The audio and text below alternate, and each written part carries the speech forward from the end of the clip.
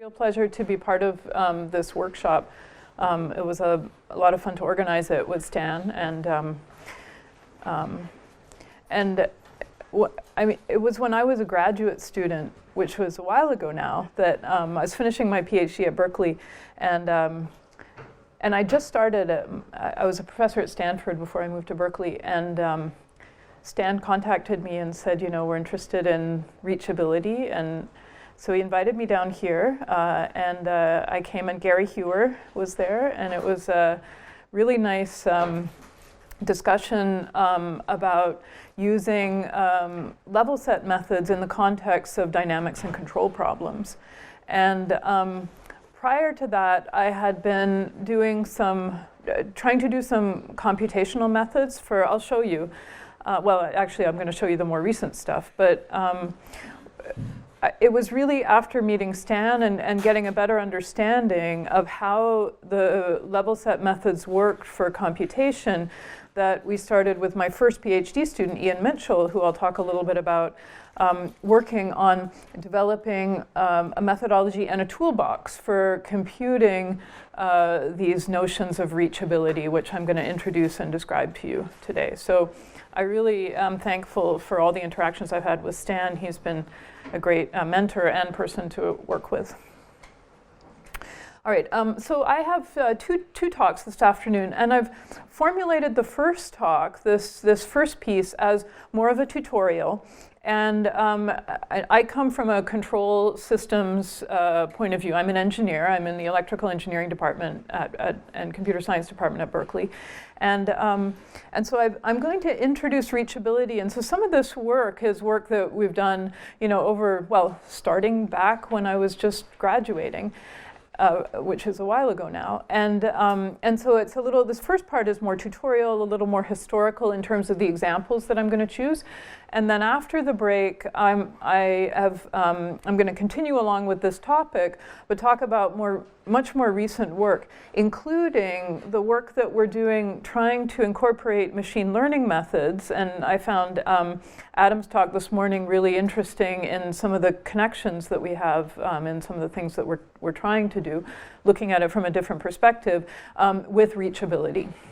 Okay, so I'm going to start by just giving some applications, and these are the applications that I've been working on for a long time, and I continue to work on. This is the United States. This is a snapshot of data that we got from NASA Ames, and kind of a playback of some of this data of aircraft flying over the Oakland sectors of airspace. So this is the San Francisco Bay Area for a few hours. So I work quite closely with researchers at NASA Ames and at the FAA.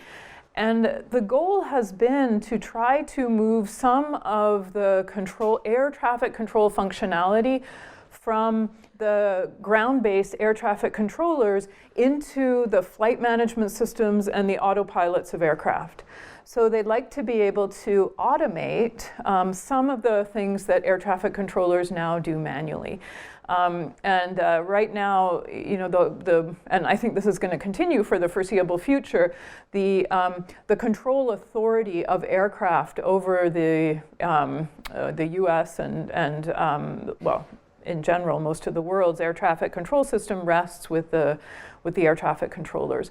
So they talk to pilots over radio channels, and they indicate, you know, the routes to take, and you know, pilots file flight plans, and a lot of it is done electronically, but the air traffic controller is there monitoring, talking to pilots, giving approval to go into the individual sectors of airspace.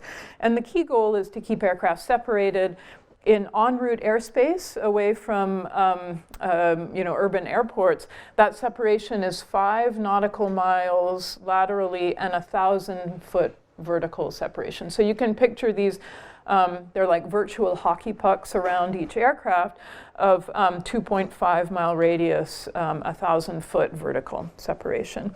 And so air traffic controllers are trying to route the aircraft from their origin to their destination, but all the while trying to maintain this separation between aircraft. And it's interesting when you look at the traffic patterns. So this is Oakland Center again, which is, Oakland Center is a unit that's now actually in Sacramento, but it controls all of Northern California and a lot of the Pacific Ocean, the traffic over that space. And if you just look at the snapshot, so now you can really see this is incoming traffic into San Francisco, the kind of routes that you see, like low altitude and high altitude traffic, but these standard corridors of well-traveled routes, like highways in the sky. So there's a lot of structure in the system to help the air traffic controllers. And so you see, typically the workload are around the intersections of these highways, where you see points that air traffic controllers will typically have to monitor and resolve conflicts by, slowing down or speeding up an aircraft by a little bit. They don't do that too much, or vectoring aircraft away from the route that they're traveling. Yeah. They do. They change discretely. So you have set standards in en route airspace. Those, as you get closer to airports, in the region called the TRACON around major airports, they have much more accurate radar systems, and the separation becomes smaller. Yeah, it's a discrete change. So it's not a smooth change. There's a lot of discussion on the changing now that we're getting better radar systems, and we're relying more on onboard navigation systems than we ever have in the past, but they're not completely reliable, how those are going to change in the future. But that's still the standard. Okay, so for years we've been working with air traffic controllers, and this is joint work with researchers at NASA Ames, as well as some colleagues and friends and former students that have worked on this problem. But basically, you see, like air traffic controllers, it's an interesting cognitive control problem. They'll group together aircraft by their maybe level of criticality. So these aircraft may be the ones that the controllers have to spend the most time on. These are fairly straightforward. They're already lined up in a line. They're typically going at the same velocity, so that doesn't cause a problem. And then this is the next level of criticality.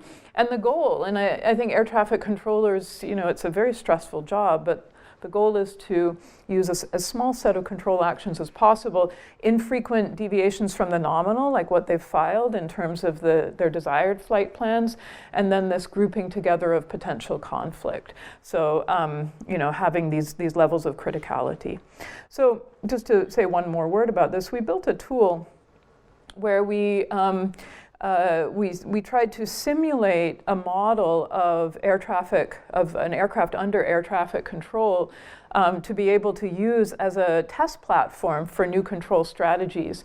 And this is just showing these different kind of modes of operation that we had, in this case, you'll see, I'll play it back. So this is real data, and this is our simulation, that you see this kind of vectoring from the route that's applied so that these two aircraft don't lose separation with each other. And let me just play that data back. So you'll see this aircraft in a second. It's coming in red, the deviated aircraft. So this is its filed flight plan, and then this is the deviation it takes to avoid this aircraft here. These two are actually flying at different altitudes, so when it kind of pops off the screen, that doesn't mean they collided. Okay, so we've been interested in this sort of control structure where you've got, we call it a hybrid system. So it's a mix of a continuous flow problem. You have the dynamics of the aircraft, the control of of those sets of aircraft, but then each aircraft can be in one of a number of different control modes, whether they're flying on their nominal flight plan, whether they're in some kind of deviation, and each of those corresponds to a different set of dynamics, usually because they're using a different control law. And we've used this model to represent a number of different control systems where you have these continuous processes under discrete control modes. So this theme will come up a little bit over this first part of the talk, as well as the second part of the talk a bit later this afternoon. The kind of interesting thing, really over about the past decade, has been a push now from a number of businesses that have been interested in using the airspace in different ways than it's used before. And one big push has been coming from companies that want to fly these unmanned air vehicles throughout the airspace, both small drones like these for package delivery, for your expensive electronics that are light and can be carried by a drone, all the way up to a big discussion right now on personal air taxis. So being able to have automated vehicles that will take you from one side of suburban Los Angeles to the other within the next half hour, something that's impossible in rush hour. And so what will that mean for the traffic regulations, and what does that mean for what's automated and what's not, is a very interesting discussion going on right now. But it kind of puts into focus that focusing on techniques for solving autonomously or semi-autonomously this collision avoidance problem is something that's an interesting research area, and it kind of motivates some of the examples that I'll be showing you today. Okay, so number one is to maintain safety in the system. Number two, because there's always a human in the loop, no matter if it's I don't really know what a fully automated system is, but there's always a human in the loop overseeing a process, or maybe more readily involved as someone who's checking to make sure that everything's okay, and then intervening when it's an unsafe situation. So it's the idea is to try to design systems which are as simple as possible, namely that they can be understood by the human that's in the loop. And also, if we think about these autonomous vehicles like these or the air taxis, the ability to adapt to new information. So if there is a tactical collision avoidance system on board, it needs to be able to perceive the environment to some extent and react to that. The 99.99% of all computer vision algorithms now are being run by deep learning methods. And so being able to incorporate learning into safety loops is something we're interested into. And that I'm going to talk a little bit about in the second talk today. Okay, so we've worked on a couple of different systems, and I'll draw some examples today. A collision avoidance system with NASA, and also a forced landing system for these smaller drones. If something goes wrong, how do you force a landing to minimize damage to the surrounding areas? These are just two of the companies in the Bay Area that my students have been working with in the summer times. SkyDo it's basically a flying camera, or flying 8 or 10 cameras on board a single vehicle.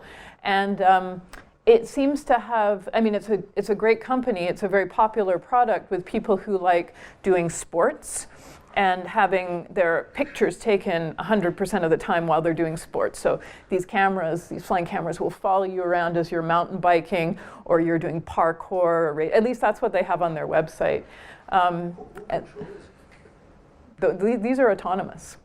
So you put it up in the air, you tell it you want it to follow you, and it's fully autonomous. And they recently switched this past year. They announced at ICRA last year that they switched from a more traditional computer vision pipeline all to a convolutional neural net-based pipeline for their computer vision on board this. So it's just following you, and it's hard, right? They're in tree canopies. They have these little branches, so they have to detect and react and fly through the little branches. It's incredible if you take a look at their website. Of course, they have cool videos on their website, but we've one of my PhD students who's now graduating has spent a summer and has been collaborating with them since then. So it's an interesting, very interesting company. Neuro, on the other hand, is, so this is a little vehicle. It's not for people, it's for delivery of products. But it drives on streets just like other cars. It's a fully automated in the sense that I said before. There's people that can get in the loop and see what's going on. This is much more automated than this. The neuro engineers are watching every single vehicle, and they're seeing the camera feed from every single vehicle to see what it's doing. But they're now driving around streets in the Bay Area, and maybe down here, delivering packages, delivering food to people. Okay, so as I said before, we've been proponents of this hybrid system model. It's basically a model where you have a bunch of discrete states, like a finite automaton, but in each discrete state is a continuous dynamic process modeled by a differential or a difference equation. Describing the evolution of the state under a control input and a disturbance. And then switching from mode to mode is, there's an index, so those may be different, well, they typically are different continuous processes in each state. Often they're different because they're using some different closed loop control law. Like in the aircraft, it's actually, there's a flight management system on an aircraft looks typically like one of these hybrid automaton where each continuous process represents the dynamics of the aircraft under a closed loop control law, which is capturing a new heading or changing altitude or coming into land, for example. Each of those are different control systems that are well used and well tested. So pilots are often just pressing buttons on the mode control panel in the cockpit of the aircraft. And then there's an automated system which will capture that altitude or capture that heading or perform that landing. Closed loop means what? Closed loop means that there is a control policy or a control function, which is often a feedback function of the state, which is implemented, and what you're left with are just the parameters of that control law. So this F could be, a dynamic system, an aircraft, which has a feedback control law, which is parameterized, and you can only affect the parameters. But we keep it general. We do allow for this just to be the physical process itself, and we're allowed to design that feedback control law. So you could either be a set of parameters, or it could be a state feedback policy. And you have U and D, so D is disturbance. D's are disturbances, and that. It's a differential game. You might wind up with that. That's right. So we are, we'd like to, in a lot of these problems from a practical point of view, there are disturbances in the system that you'd like to counter or you'd like to account for. In the collision avoidance problems that I'll show you, if we're looking at a pairwise collision avoidance system, often you kind of know what the other aircraft are doing, but you might not know exactly what they're doing. So we'd like to consider their actions to within some bounds as disturbances that you can do nothing about. And so you'd like to, for safety, design against the worst case disturbance with respect to the bounds that you choose to model what the disturbance is doing. But they could also be more traditional disturbances that we see in control systems, like wind affecting the system, or in the autopilot, we've done a lot of work with Boeing on autopilots. The human action, sometimes you don't actually know that the pilot is not going to do the wrong thing. And so in some of those problems that we'd like to try to counter for the worst case human action in the automation, which seems a little counterintuitive, but perhaps is more relevant. You get non-convex Hamiltonians like crazy here.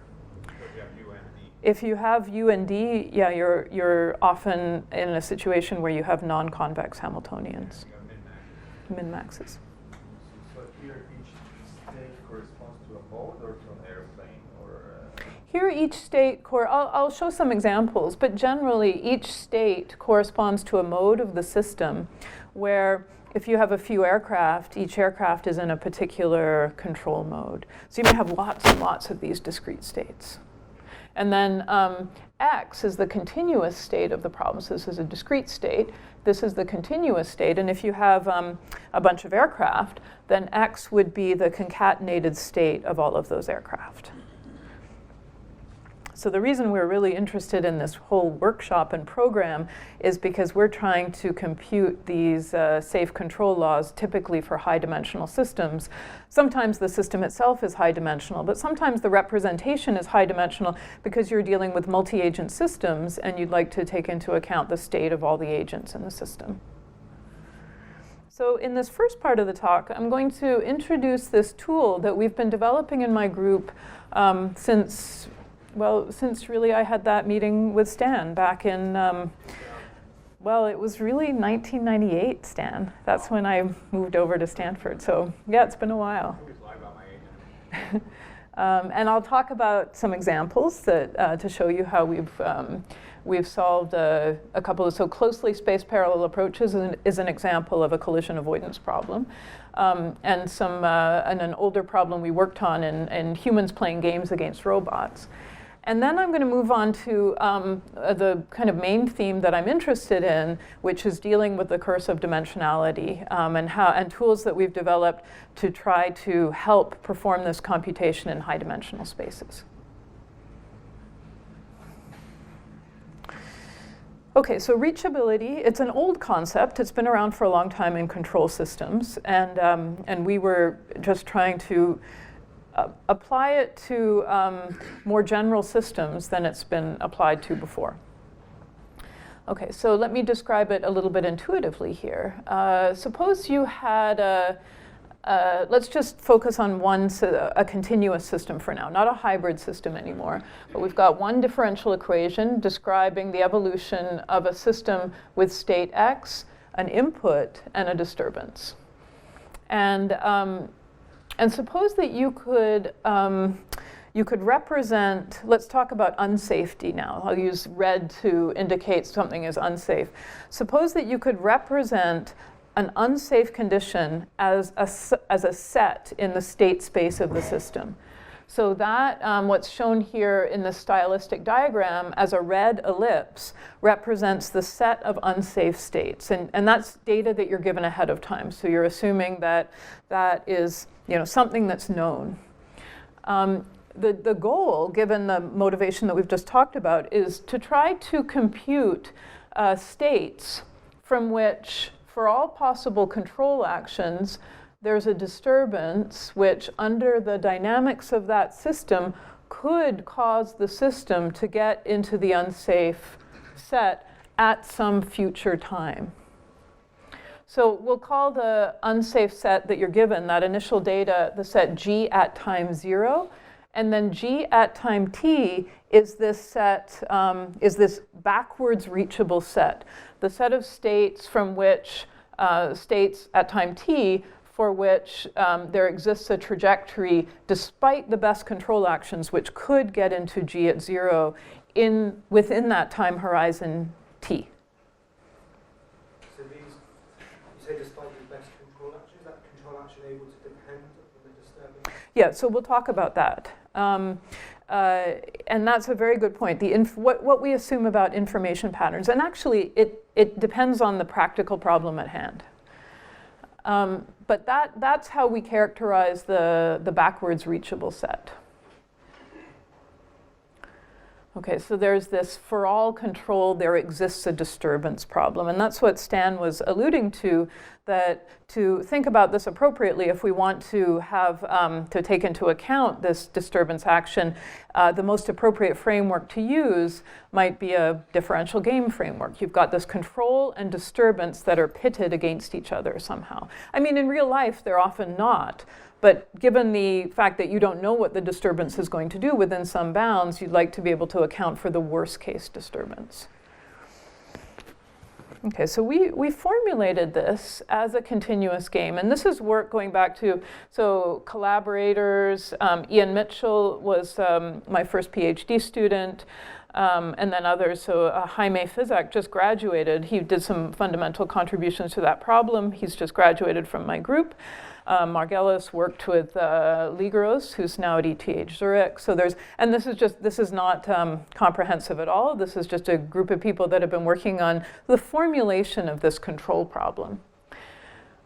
Okay, so we formulated this problem as a continuous game between the control and the disturbance. And I thought this would be an appropriate time, following Adam's pioneering.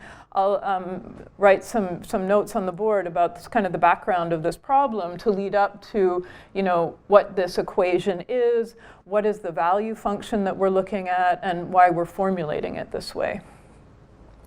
So let's use some color to begin with. So I'm just going to use this side of the board And then I'll keep the screen down because I want to refer to the screen at the same time.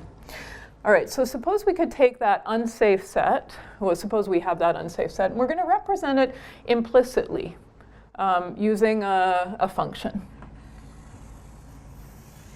Okay, so there's our function. And we'll assume that that is the zero level set of a function, L of x.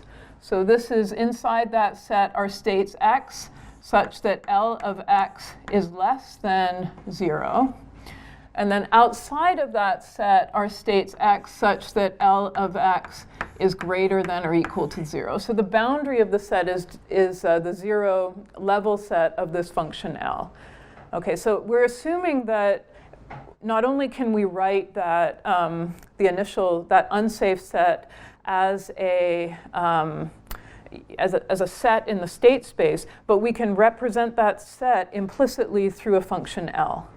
Now, often we're interested in envelopes or boxes in the state space. So we want to, instead of staying outside of some region, we'd like to stay inside some envelope in a high-dimensional space with airspeed and altitude. That might be for the control system of an individual aircraft. So we could represent L as the intersection of 4 half spaces. That's fine. So we're often interested in multiple sets. So we're not just interested in staying outside of one set, but we're interested in staying outside of multiple sets. That's fine too. All right. So we have and this is really edging now from sort of the development of the theory to its computation to our conversations with Stan starting in 1998. Okay. So we've got some function that we'd like to control the system with respect to. We've got some differential equations. So x dot is equal to f of x u d. Let's actually make it time varying. It can be time varying. That's fine. And we're going to define a value function for this game, or a cost to go from the Bellman perspective, as some function j of x u and d. And let's just define it. Let's suppose we can define it over an infinite time horizon for now, which is the minimum or the infimum, and more generally, over all t greater than or equal to 0 of this function L of x t, where x of t now is a solution for a particular u and d of that differential equation. All right, so we're trying to record as for trajectories of the system, as we evolve along those trajectories, the lowest value that L takes. In fact, the reason we're doing this is because we're trying to see whether or not those trajectories enter this particular set. All right, so that's going to be our value. That will be our how we define the value, or how we define the setup of the value function, I should say. And then the actual value function, or the cost to go, comes by optimizing with respect to these variables. Because we have control over this. We don't have control over that, but so we're going to assume it could do its worst case in terms of, worst case here would be trying to push us inside of that set. All right, so then we define the value, j of x, as being the infimum over all. I'm just going to write them as disturbance policies right now. And this is where your question about information comes in.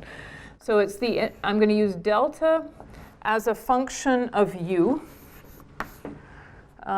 supremum over all u. So the imp sup of j of x u d. Okay, so this is so what is this? This is recording at any state x the value, or it's actually a a value because we're trying to, stay outside of this set, so we're trying to keep it as positive as possible, but it's really like a value to go because it's recording the value of a state X based on future values that state will incur if you start at that state and you evolve according to this differential equation. So it's really a standard Bellman problem, except it's a game. There's a disturbance involved here. And it's the value is just really a binary thing. It's whether or not you get into this set. But we've continualized it by representing, the value in terms of the lowest value that trajectory takes on over time according to this function L. So it's our way of trying to capture whether or not the trajectory enters that set, and then moreover, think about the control policy for trying to keep it outside of that set. So the control is trying to make this value as large as possible in the face of a disturbance, which could be trying to make that value as small as possible. Now the choice of order here is important. In fact, this inf sup is one way to define it. We could have done the sup over U inf over D, and that would have been the more optimistic perspective, right? So this is often called the lower value, and we put a little minus here to indicate that we're taking a more conservative perspective here. We don't know what the disturbance is going to do, so we're going to let it apply non-anticipative strategies, which means that it gets to choose its action, or we're assuming that it will choose its action based on knowing what the control is going to do. So U is like a set. So yeah, let me write it. So these are, so we'll say this is formerly called non-anticipative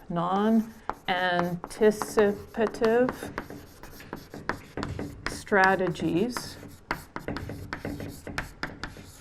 So delta maps from, so suppose we had U, functions U can belong in some set U and D belonging in some set D. Delta is a function which maps U to D. So it's basically intuitively allowing the disturbance to have the benefit of seeing what the control has just played. And that's what we're choosing for a lot of our problems. But sometimes that's not particularly relevant for the problem at hand, and you'd like to use a different information policy, so you'd switch that. So there's the flexibility to do that in this framework. Okay, so this disturbance is basically choosing a mapping, and then the control is being allowed to react to that mapping. Okay, so it gives basically this framework that I've written here is giving the disturbance the instantaneous informational advantage here.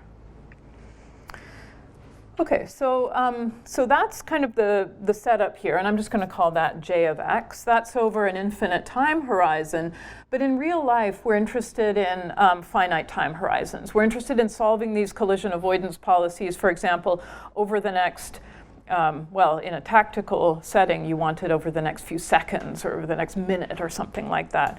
So, and that makes it a little easier because we don't have to solve these problems over infinite time. So in a finite time horizon setting, so let's write over here, in a finite horizon setting, we've got the game taking place over, and now for reasons that was sort of this idea of a backwards reachable set, that we're starting at the final time and working backwards, I'm going to assume the final time is time 0, like I called that set G at time 0 in the previous view graph. We use this G at time 0 notation. So I'm going to assume that I start at some negative t, so capital T is some negative number, and I evolve to time 0. So this is going to be the finite time horizon of the game. It ends at 0, and it kind of goes backwards in time to some not specified but finite negative t. Then we have j. Instead of solving it over the whole time horizon, we're actually just solving it over some horizon t.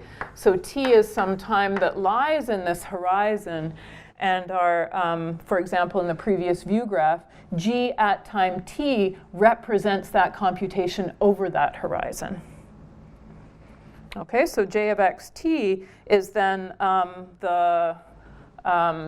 is just the inf soup of that function over at time dependent, so over that finite time horizon. And then we can show, in fact, the proof of this, how to compute this j of xt was done, we worked on that when I was a PhD student, but Ian Mitchell really formulated that in his PhD thesis. So that formulation, that this set g of t is the sub-zero level sets of this function j of xt, where j of xt solves this Hamilton-Jacobi Bellman, or I guess Hamilton-Jacobi Isaacs, because it's a game.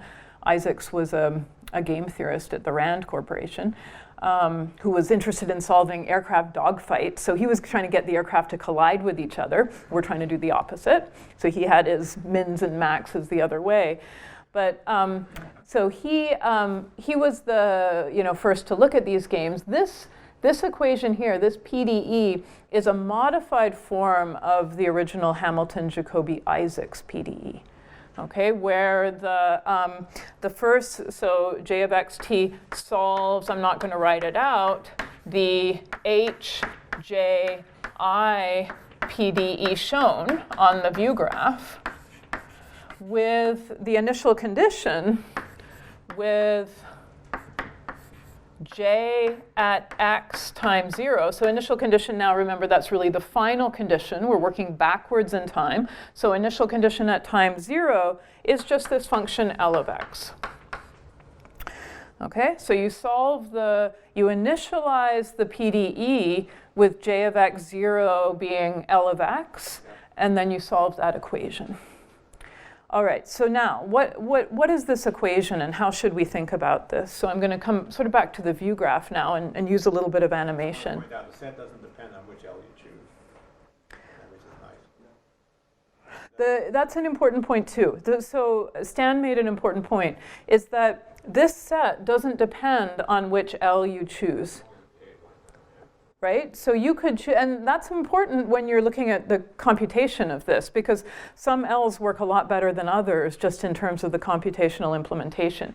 So for example, you could choose, suppose instead of an ellipse, because I can draw circles better, you were interested in, some, circular region for your L of x. Well, you could think about some L2 norm, whose 0 level set. So here's the function. And we just take a slice at 0. I'm going to use orange over here. So we take a slice. So this is one example of L of x. And so that orange region, I'll draw this circle in orange. But you could also use just the L1 distance, right? So you could use something like that, whose 0 level set. That's meant to be the same size set, right? Has that, so you could have a, different L of x's as long as their 0 level set represents the set you're interested in. Or it could be the intersection of sets, like I used in that box example. Does it depend also on capital Q? Well, so the set is going to evolve over time. So you start off with some initial condition, and your question is, does it make sense to choose one L of x over another, depending on how long your time horizon is going to be? Practically, yes, because it seems that if your time horizon is just short, it doesn't seem to matter what function L of x you choose, as long as you've captured the zero level set as being the set you want appropriately. But what actually happens with the numerical toolbox, which we found with Ian Mitchell and using this tool, is that as you propagate the set over longer and longer time horizons, and the set's going to change, and you're always capturing the zero level set as your function, as your set g of t, if you don't have well conditioned boundaries, so if the set becomes kind of vertical at the boundaries or it becomes very shallow at the boundaries, then it's really hard to capture the set well. So one of Stan's former students who we work with, Ron Fedko, who's a professor, he's at Stanford still, or did he move to the dark side of animation? He's still doing both, right? Yeah, the dark side of animation. No, he does this incredible, and he uses level set methods for doing things like representing fluid flow, but in movies. So he works with Industrial Light and Magic, and he does sort of like the animations for, like, he represents animations in terms of mathematical equations that describe fluid flow. Yeah, he's won 2 Academy Awards for it. I mean, it's incredible. So Ron and Ian Mitchell, when it was a PhD student when I was at Stanford, he was co-advised by me and Ron Fedko doing this. But Ron had all these really cool reinitialization methods, which I think he learned from you, Stan, about as you go over longer and longer time horizons, how do you then kind of reset your set so that you have kind of nice gradients basically at the boundary. So it's important that the set be the function have a kind of a fairly, not a very big or a very small gradient at the boundary. So in that sense, the longer time horizons can be problematic, and it affects, resetting these sets. And that. The best one is the distance to the boundary. Yeah, so I'm going to come to that, because the distance to the boundary is, so that's what, that's actually really important in control. So these level set methods, I'm just going to say what I was going to say later anyway, that when we started working with Stan, you've done a lot of work with these semiconductor physics folks, right? That were looking at propagations of one material through another, and but we're interested in control. We want those sets mean something to us for control, and so distance to boundary. You can imagine how important that is for control. You're flying your aircraft and you're getting closer and closer to the boundary. You'd like to know how far you are away from the boundary, because you'd like to know when you should start recognizing that a boundary is coming up so you can apply some control. In real life, that's what we'd want to do. So distance to boundary is actually a very important concept for us, as I'll show you. Okay, so let's come back to this point here. This is an important point. This min with 0. That's, if that min with 0 weren't there, it would be a standard Hamilton-Jacobi Isaacs equation. With that min with 0, so what is that doing? It's a really interesting effect, and that's kind of what we showed in these early papers. Well, early is now, so this is about 20 years ago. We hypothesized that this kind of freezing the right-hand side of that Hamilton-Jacobi Isaacs equation was the right thing to do in order to make sure that the sets that you that you took into account this inf over time. Basically, that if a trajectory was started out at some state x, and over the time horizon from negative t, or t, negative number, to 0, it went through the set and came out the other side at time 0, that you didn't label that state as safe. So you had to have some way in the computation of that function of recording the fact that that trajectory had gone through the negative level sets of this function L. And so showing that that min with 0 is the appropriate, or is a appropriate way of recording that in the Hamilton-Jacobi equation was what we showed. So it's a modified version of the Hamilton-Jacobi equation.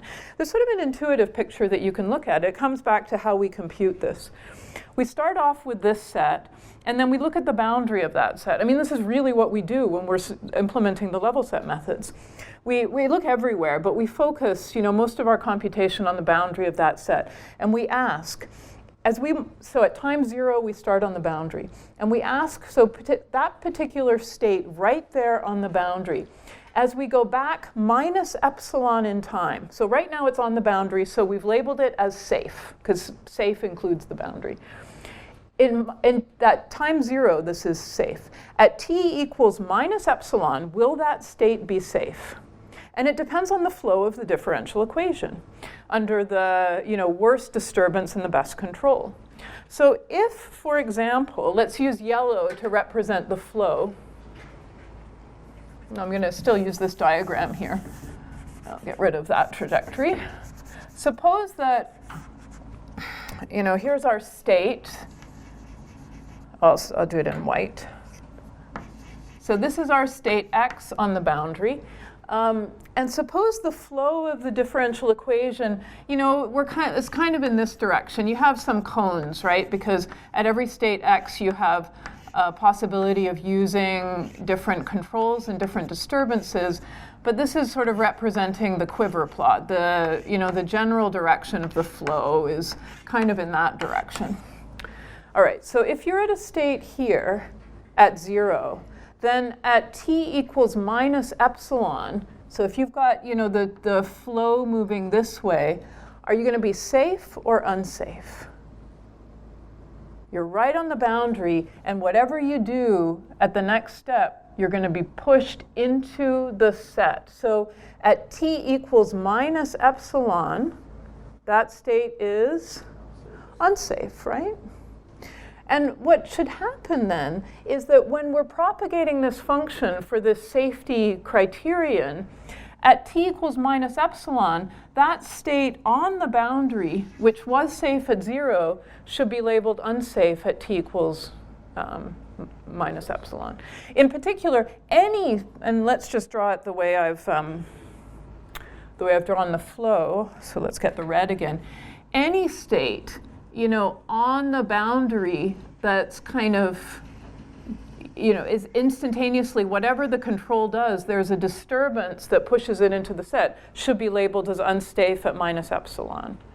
And so then if we think about doing this in discrete time, at t equals minus epsilon, we've grown our unsafe set a bit. And we've changed that L function. It's become, so L is now evolved to some j of xt, where t equals minus epsilon. And then you continue. Now you look at the boundary and you sort of continue. So this is Bellman's principle basically applied. And so what are we doing here when we look at this max min? The max over u, the min over d. So now you can see that information pattern that I talked about earlier. It's very explicit here because we've done this Legendre transformation. This is the beauty of Hamilton-Jacobi theory. We've turned a very difficult control problem, which is you're doing this imp soup over functions u and d, to these instantaneous, these optimization problems over sets u and d. It took me a long time to really understand that and to go into it from the optimal control perspective. But this is saying we're giving the disturbance the advantage by making the control play first. So it's the max u of the min d of the inner product between the outward pointing normal of j, there's that outward pointing normal, dj dx, and the dynamics f. So suppose over the best control, the worst disturbance, that's f. It corresponds with the picture here. It's pointing into the set. Whatever you do, you're going to go into the set. So if that inner product is negative, which it is here, because f is pointing into the set, it takes 0. The min with 0 says, if this is negative, that should be, sorry, I just said that backwards.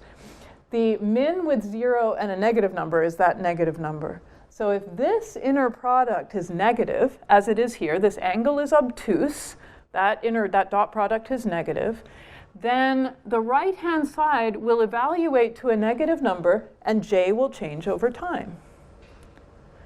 But if you're over here, say with respect to that vector field, suppose, state's over here, whatever you do, let's draw a state over here, it doesn't matter. The vector field is pointing out of the set. So at t equals minus epsilon, that state should stay safe.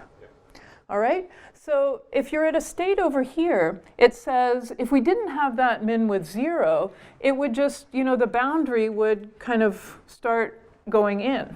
So you'd end up with, this is without the min with 0, you'd end up with at minus epsilon, this would be your new set. And that's problematic because states that were once unsafe at a future time, you don't want to become safe at a previous time. Because if it enters the set any time over that time horizon, it's unsafe. So we froze it. We said, aha, if we put that min with 0 there, then even if that inner product evaluates to positive, namely the inner product between the outward pointing normal and the vector field is acute, that angle's positive, so this is always a positive number, freeze it and just make J not evolve. And so then what happens in this stylistic example is that you get this propagation. You propagate back the unsafe parts of the boundary. In the old game literature, this is called the usable part of the boundary. They knew how to do this in the old game literature, but they didn't know how to solve it with Hamilton-Jacobi Isaac's PDEs. All right, so then you get, over some time horizon, you get that. Okay, so then this is where Stan comes in. So we started coding this up using level set methods, and that's really what Ian's PhD thesis was. It was the formal characterization and proof that Hamilton-Jacobi PDE gave you the right thing. We'd kind of tried to prove it before, but it wasn't really correct. And then implementing it using level set methods. Okay, so I mean, this is perfect. It is a level set problem, right? Because we're representing a set implicitly through the 0 level sets of this function, of a function that we're choosing, and we're solving the equation which iterates that function over time, and we're always capturing the 0 sublevel sets of that function. And that's why we can have disconnected sets. We can have these look convex. We can have non-convex sets. We can have all sorts of interesting sets, which turns out to be really important for non-intuitive game theory problems. So this is my trying to render, not very well, but kind of a slice of that. So if you took a slice through here and you sort of turned it on its side, here you can see I chose the L2 function to represent L of x. And this is the initial set that we start with. And then when we solve that Hamilton-Jacobi min with 0 problem, we propagate that function over time and say over time it starts to look, this is a slice at some future time, or some, say, previous time t. And so we're always capturing the 0 level sets of that function.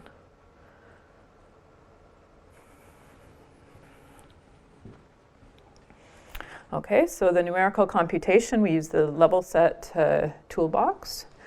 The boundary is always defined implicitly through the 0 level set of the function j for each time. And it means something, right? It's the set of states for which, well, okay, if in the unsafe perspective, if you're outside of that evolving red set, you can verify that you will stay safe for at least t time units. And that's really important for control. Okay, we're using models, and models aren't perfect, and we're assuming we can measure the state, and that. But if you could, that's what you can verify, and that's really important for safety-critical control problems. And the sets look kind of funky. This was a set that we computed for a collision avoidance protocol. We call it the hockey puck, even though it doesn't, because Ian's Canadian also, and I'm Canadian too. And so, yeah. Lots of Canadians in this field. And he went back to Canada. He's a professor at UBC now. So this is the level set function that we used. Now, this is what Stan mentioned. So, if you choose the distance, the sign distance function, you've got that the norm of that function is the distance from x to the boundary at any time t. So that's really useful for control. And j is negative inside and positive outside. or in general, J is negative for unsafe and positive for safe. So if inside is safe, we'll have a function which is positive inside. All right, so the game allows for control and disturbance. This is one of the first examples we solved because it was Rufus Isaac's game from the 1940s. Do you know when he published this game? I think it was the 1940s. It was at Rand Corporation, the dogfight. So you've got two aircraft. He wanted them to collide. We're trying to keep them apart. So here's our control aircraft, and here's our disturbance aircraft. We assume we can measure the state, and they're flying in the plane. So they're avoiding each other in the plane. But there's a three-dimensional relative state space because XY, relative XY position, and then heading is also a state variable. So we've got X position, Y position, and heading. And then the control in this relative two-aircraft problem is the angular velocity of aircraft 1, and the disturbance is the angular velocity of aircraft 2. And for this problem, we're assuming they're flying at the same forward velocity. So you can change this around a bit. You could say, okay, I'm going to fix the angular velocities but keep the linear velocities. So we're going to keep them flying along lines, which a lot of air traffic control is aircraft flying along lines. Here's the 5-mile radius zone. You know, it's all put around aircraft 1. So it's a relative problem. I can just put that hockey puck around one of the aircraft. Here's the relative dynamics. It's nonlinear because of the coses and sines. Sort of slightly nonlinear, right? It's just cos and sine, but it's still nonlinear. So, you know, these old problems in reachability that have been done for linear systems don't typically apply to these problems. We can set up some bounds for the, you know, the control and the disturbance. So these, this gives us the actuation we want. This is what we're going to protect against. And then we can solve it. So this is an old computation. The vertical is the relative heading, that's x3. The lateral position here is xy, and this is solved. So here's our initial data, which is just a cylinder, because regardless of the initial heading, if you're within 5 miles of each other, you're unsafe. And then we propagate that over time. So this is the propagation of that set. So do you write out the Hamilton-Jacobi equation you get analytically by solving this, or do you solve it using that formula? We solve for the control and the disturbance analytically in this case, because it's always on, in this case it's a bang-bang, it's always on one end. But then we plug that in and we numerically compute. Hamilton-Jacobi equation, which has some kind of like Connell-like behavior. Yeah. Once you've become unsafe, you're always unsafe. Yeah. So it's just playing, but it grows out to the maximum extent. Look when it's the most unsafe is when the relative heading is pi. That's when the two aircraft are pointing right at each other, right? This, you don't get much growth out, well, you don't get any growth at 0 or 2 pi. That's when the two aircraft are pointing in the same direction. Since they're flying at the same velocity, if they're pointing in the same direction, they'll never capture each other if they're already outside that region. But you can look at a little animation. This is from Ian's thesis. So here what we're doing is we're starting out with two simulations. One when the disturbance aircraft starts outside the set, and one where it starts inside. And you can see and then we just applied a policy. We told the blue aircraft to just try to fly to the right-hand part of the screen and only start to change what it does when the red aircraft gets on the boundary of that set. We have a proof because we've got that solution to the Hamilton-Jacobi equation. As long as it starts and stays outside of this region, moreover, as long as when the red aircraft gets to the boundary, the blue aircraft applies that max U. You get the control action from solving this, then you'll stay safe. And so this is what happens. Here's the case where you start off with a safe initialization. The control knows exactly what to apply. You know, the set changes, right? Because the headings change. So as the heading changes, you're moving up and down this set in the vertical direction. In this case here, it starts out inside. Now, it doesn't have to cause collision. So collision means that the two aircraft lose separation. Because, you know, it may be that the disturbance aircraft doesn't do its worst. But in this case, it does.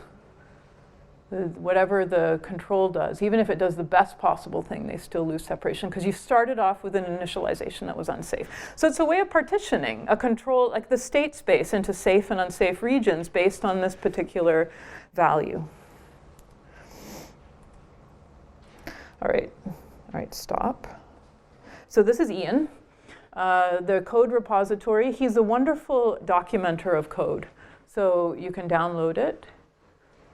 And these slides are on the web, so you can pull these links off. And there's a user manual at his site at UBC. All right, so since then, we've been doing a lot of work in making it more intuitive to use, trying it out with different functions, helper functions, we call them. So it's the helper OC toolbox, which was primarily authored by Mo Chen, who's a former student. He's now also Canadian. Also, he's now a professor at Simon Fraser University in computer science. And Sylvia Herbert, who's just graduating this year, just got an offer from UCLA, ECE. So maybe she'll come here. And so this is basically a wrapper that goes around that toolbox. And it has a couple of features. So these object-oriented organization of dynamic systems allows a generic form of the Hamiltonian, does a lot of help for manipulating the grid and call functions and stuff. So a lot of sort of helper things. And you can get that from our GitHub, our lab's GitHub repository. Okay, so let me just show a few examples before we finish this first part. So this is that closely spaced parallel approach problem. I worked on this a long time ago. This is a snapshot of San Francisco Airport. And students and I were standing out here, and we were videotaping aircraft as they came into land. And in the summer, in a lot of the year, the air is kind of not foggy, and the pilots can see each other. These runways in San Francisco, so if you know San Francisco, you're coming in from the south and landing to the north. And they had to fill in the bay to build this. These runways are only 750 feet apart, and the FAA stipulates that in order to fly like parallel approaches independently, you need 2,300 foot separation between runways. So that would significantly fill in the bay. So what the FAA does is, on clear days, it will ask the air traffic controller will ask pilots, do you see aircraft to left? Do you see aircraft to right? And then the pilots take over the authority of landing. It's an official transfer of authority. So once they say yes, that you're allowed to land in parallel as long as you can see the other aircraft. Because mistakes are made, right? If it's foggy, you might accidentally land on this runway when you were supposed to land on that runway. And if you can't see the other aircraft that's landing right next to you, that's a big problem, and that's happened recently at San Francisco with an Air Canada flight. I mean, that didn't crash, it almost crashed. Canada keeps coming into the talk today. So these are two. United has got a big hub at San Francisco, and typically, there's a lot of United planes that land. So typically, they pair them up by company. So do you see company jet? It's interesting if you listen into air traffic control, but do you see company jet on left or company jet on right? And so one of our problems that we worked on back when I was still at Stanford was how might you apply this collision avoidance strategy to automate parallel approaches when they're closely spaced like this. So you can apply them in foggy days and basically maintain the landing capacity of an airport and not have everyone be flying out in these go-around patterns, which I'm sure you've been in if you've flown into San Francisco on a foggy day. So we computed this safe region. We did a little bit of a variation here. So it's the same style problem. Here's our two aircraft. Now this is called a blunderer for the sense that it's coming in. It may blunder to go on the wrong runway. It doesn't mean to, but it might by mistake. And this is the evader. And now we looked at variations. So the control strategy has to be very simple in these safety critical scenarios. You don't want it to look and say, aha, I'm on this part of the boundary. Wait, let me look up and see what control strategy I should apply. That wastes time. So what you do is you set three easy, or a small number of easy control strategies that should be applied. And we chose three. The evader either accelerates straight ahead to avoid, the evader accelerates and then turns to the right by 45 degrees. The evader turns to the right by 60 degrees. So now, instead of having a continuous control problem, we've got 3 different control strategies. We plug those in, and it's basically an optimal control problem. So the game goes away. And we computed for each of those, we computed a reachable set, and we took the intersection. So segment 1, segment 2, and segment 3. And it's intuitive. Like segment 1 is the part of the boundary for accelerating straight ahead. So the evader would do that if it were in front of the aircraft, right? 2 corresponds to segment 2. You know, it's going to turn to the right if it's sort of in front but a little bit to the side. And if it's behind and the blunderer starts blundering, you know, turn as much as you can. So 3 simple strategies to apply. And we flew it. All right, so these are not real, well, they are real aircraft, but they're little drones that we had. We still have them, but we don't fly them anymore. We flew them at Moffett Field. So we took off using a pilot, using manual control. And then we had a switch that went to our automated algorithms once the 2 aircraft were in the air. These are 10-foot wingspan drones where we built all the electronics inside. And, you know, NASA Ames, so this is Moffett Field, so there's a big bird sanctuary right there. We had to fly on Sunday mornings because that was the low traffic time. So that video is in a loop. Let me show you. This is just capturing the data. So here's the 2 aircraft. This is the blunderer. This is the evader. There's the set. The blunderer starts to blunder. As soon as it touches the evader starts applying the emergency escape maneuver, which corresponds to one of those 3 maneuvers of where it touched the boundary. And so we ran this a number of times. We also flew it, after we had that kind of proof of concept, we flew it on real aircraft. So this was actually close to here, Edwards Air Force Base, and we flew it on a T-33. This is a test aircraft where you could, it was, Boeing was doing this experiment with us, and you could program different dynamics into that aircraft. So they were doing these JUCAS experiments. So they were flying the dynamics of the JUCAS here. And then we had a pilot at F-15, which was playing the role of the blunderer. And so it's already, actually it's not a very good illustration, but you saw the set, and as soon as they touched, the set disappeared, and the evader is flying the emergency escape maneuver. Why 60 degrees? Is that the sharpest you can turn? Yeah, that we got just by talking to pilots and, you know, what they would be comfortable with. These are, airports already have evasive, for each landing pattern, there are evasive maneuvers published for, you know, you're coming into land and then you realize something's wrong. What's published for that airport? So that was kind of a common set of strategies. We also kind of pieced them together to make the set look good, so yeah. Okay.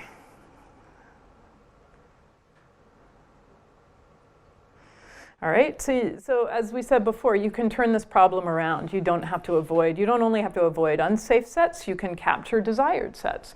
So now your U is trying to minimize, you're trying to get into the set, right? For a disturbance, which could be trying to push you out of the set.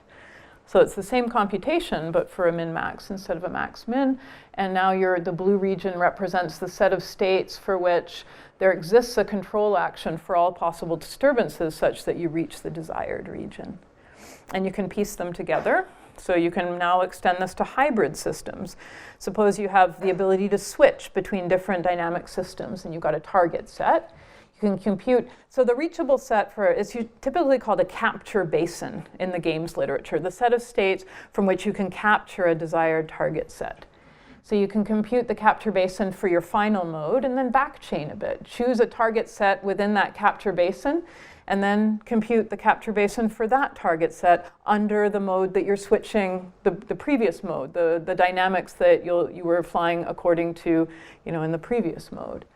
And you can do all this while avoiding unsafe sets. So we call this set, this blue set, the resulting set, this reach-avoid set, the set of states where you can reach a desired set while avoiding an unsafe region. And the cool thing is that when you use level sets, it's easy to do this, right? You just use these sets as masks because everything's represented as a set. So to avoid a set and to compute, you just mask it out by using really simple inequalities. So it's really intuitive working implicitly with sets like this. All right, this is an old example, well, not so old. I've moved to Berkeley in the main term, so you can see this Berkeley, well, if you know the Berkeley campus. This is Doe Library, this is Moffett. These are the two main libraries. This is the flagpole of the Berkeley campus. This is Memorial Glade. And so we thought we'd play a game between, we are now up at Berkeley, we're doing less at Moffett Field. We moved to quad rotors because you can fly those outdoors. And we started doing this about 20 years ago, we started flying quad rotors. But at Berkeley, you can, without, as long as you don't get caught in trees, they don't really get upset if you fly quad rotors around. I'm changing a bit now because of all the new rules. But we asked, could we play a game between people where we're using quad rotors for information gathering? There's a game that undergraduates love playing, both at Stanford and Berkeley, which is where I spent time, called Capture the Flag. Does everybody know what Capture the Flag is? Okay, I didn't either. It turns out most undergraduates do those. So you have two teams of players, and each team has a flag, and the flag is in an undisclosed location on campus, and there's a safe location. So Team A has to try to get Team B's flag and bring it back to their safe zone, and vice versa. But if you're tagged when you're in their zone, then even if you're not capturing the flag, then you have to sit out the rest of the game. And so it's fun on campuses, they're running around, and you can use buildings to kind of hide and stuff. So we tried to capture this in a game, and we said, okay, we're going to play against a team, but the team is going to be a person who has a UAV that can sense what's going on and provide this information. So we did this. So here's and this is only part of the game that I'm showing here. So the attacker is trying to get the flag, which is the Berkeley flagpole, and bring it up to the attacker goal. It's the safe area up here near north side. The defender is over here. We gave the attacker a drone. We didn't give the defender one, so it's not very fair. But it's interesting. So you can now use this reachability framework in this game to compute the attacker winning region and the defender winning region. So you can compute that ahead of time. So while we didn't give them, we gave him a drone and we didn't give him anything, they both had cell phones where they were computing where they would win, based on, they don't know where the other player is, right? There's a big library. So, the red region represents, it's disconnected, right? So that's fine because we're using these level set tools, represents the region where, based on the current attacker position, the defender will win the game, meaning that he'll prevent the attacker from getting to the goal. And then the blue region is vice versa. Based on the current defender position, this blue region is where the attacker can reach the goal, using the appropriate strategy. So it gives you the strategy as well. This problem is confounded also because of lack of visibility. So the attacker can only see, certain regions. And so where in the outside of its visibility region, based on where its, the defender could be, it could sort of hypothesize the possible defender locations. And we added a UAV, so the UAV has a visibility region. Actually, here we just hacked that visibility region. We didn't have a camera at that time on the UAV looking down. Okay, so let me just end today's first portion by showing this movie. So there's our attacker. There's the UAV flying up, and then it kind of just goes through at double the speed, what the attacker is doing. So you can see, and the reachability toolbox is useful because the attacker can, based on the UAV visibility and where the defender could be, intersected with the attacker's winning region. So it's the intersection of those two sets that's important. Could figure out where to most appropriately send the UAV to look for the defender, and then figure out where the defender is, and then choose a control policy based on that. So the information is really interesting here because there's, at some point, the attacker gets, as long as the UAV finds the defender, he gets full information about where the defender is. Pardon? Was that from the vantage point of the drone? This is well, it's switching in between. So there's the drone. Actually, this was one of the flights where we did get caught in a tree. It's cost $300 for the fire department to come and take a UAV out of a tree. This is the attacker. So it's sped up twice, but that's the attacker's point of view. Does that assume that the attack member going at the same velocity? Yeah, so we made some assumptions here, and we restricted the, and it was done a little bit, we told them as long as you're walking at, this speed like that. So you see 2 times that in this video. So we put some restrictions on how they were allowed to move. Yeah. Okay, so I think given that it's almost 3:15, what I'm going to do is stop here, and then we'll resume after the break with some discussions about higher dimensions and also integrating learning into the picture. So all these calculations were done in 3D or 3 constraints or whatever, 3D. Okay, so this problem is a 5-dimensional problem. But you did it with bounding boxes or something. We did it with bounding boxes and some of these tools that I'll talk about after the break. Yeah. So yeah, in general, I'll say right now that you can imagine the big problem here is computing these sets. And we're gridding up the state space and doing these numerical computations. So the computation of j of xt is exponential in the dimension of the continuous state space. You can parallelize it across discrete states, but it's the continuous state that's a problem. So that's been a big focus, and that's what we'll talk about right after the break. Great.